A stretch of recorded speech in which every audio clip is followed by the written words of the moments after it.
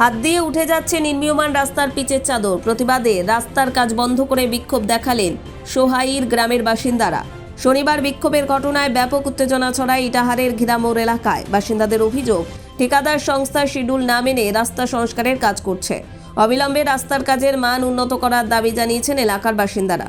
জানা গিয়েছে, ইটাহার গ্রাম পঞ্চায়েতের অন্তর্গত ঘেরামোড় থেকে সোহাইর উত্তরপাড়া মসজিদ পর্যন্ত প্রায় 700 মিটার পিচ রাস্তার সংস্কারের কাজ শুরু হয়েছে। রাস্তাটি চাঁচল ইটাহার রাজ্য সড়কের সঙ্গে সংযুক্ত। এই রাস্তাটি ঘেরামোড় থেকে আলগ্রাম হয়ে ইটাহার যায়। এই দিয়ে ঘেরা সোহাইর, আলগ্রাম, খামরুয়া, পোরশা সহ 10টি গ্রামের প্রায় 5000 মানুষ নিত্যদিন যাতায়াত করেন।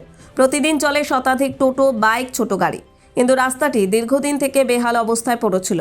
অবশেষে রাস্তাটি সংস্কারের জন্য রাজ্য সরকার কয়েক লক্ষাধিক টাকা বরাদ্দ করে কাজ শুরু হয়, কিন্তু সেই কাজ অত্যন্ত নিম্নমানের হচ্ছে বলে অভিযোগ বাসিন্দাদের।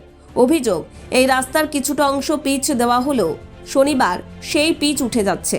নিম্নমানের রাস্তা সংস্কারের কাজ করে যদি আবার এলাকার বাসিন্দাদের যাতায়াত করতে সমস্যায় পড়তে হয়, তাহলে এই কাজ করে লাভ কি? প্রশ্ন এলাকার বাসিন্দাদের।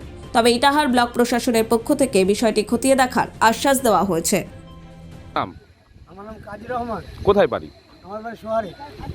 এই যে রাস্তা হাত দিয়ে পিচ উঠে যাচ্ছে, পিচের চাদর, এই কাজটা যে হচ্ছে কিনা, এই কাজটা টোটালটাই আমাদের গ্রামের মন মতো না। এই কাজটা আমরা বারবার করে মানা করছি, প্রথম থেকে মানা করছি যে এই কাজটা এরকম করে করিয়েন না।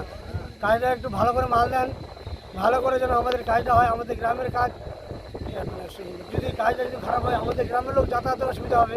এটা তো কয়েকদিন পরে এটা এই মালটা উঠে যাবে। এটা মালের কোনো ভ্যালু নাই, এই মালের কোনো আঠা নাই। বারবার করে আমরা এই আমাদের গ্রামবাসী বারণ করছে, বারবার করে, এত সত্ত্বেও ওরা কথা শুনছে না। ওরা নিজের মতো কাজ করে চলে যাচ্ছে। কোথায় থেকে কোথায় হচ্ছে এটা?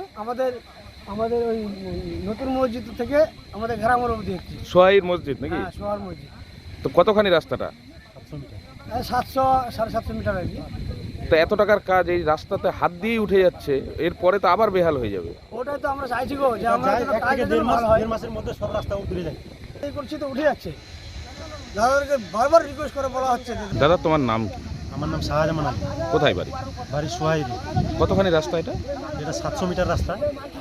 তো একদিকে 150 মিটারের মতো, বুঝলেন।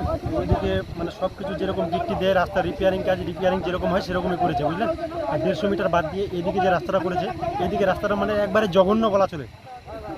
আপনি তো দেখলেন নিজেই যে হাত দিয়ে যেটা টেনে টেনে উঠে যাচ্ছে, চাপড়া হয়ে উঠে যাচ্ছে সম্পূর্ণ পুরোটাই। আর এদিকে তোমার আঠা দিচ্ছে না, আঠাও ঠিকঠাক দেয় না, জল দিয়ে পরিষ্কার করে না। রাস্তাটা যে পরিষ্কার করবে, আঠা যে ধরবে, আঠাটা ধরার মতো ওদের অতটুকু ক্ষমতা দেয় না। ওদের মানে পিচটা দেয় না, পিচটা যে গরম করবে, গরম করে অতটুকু পিচটা করে না অতটা।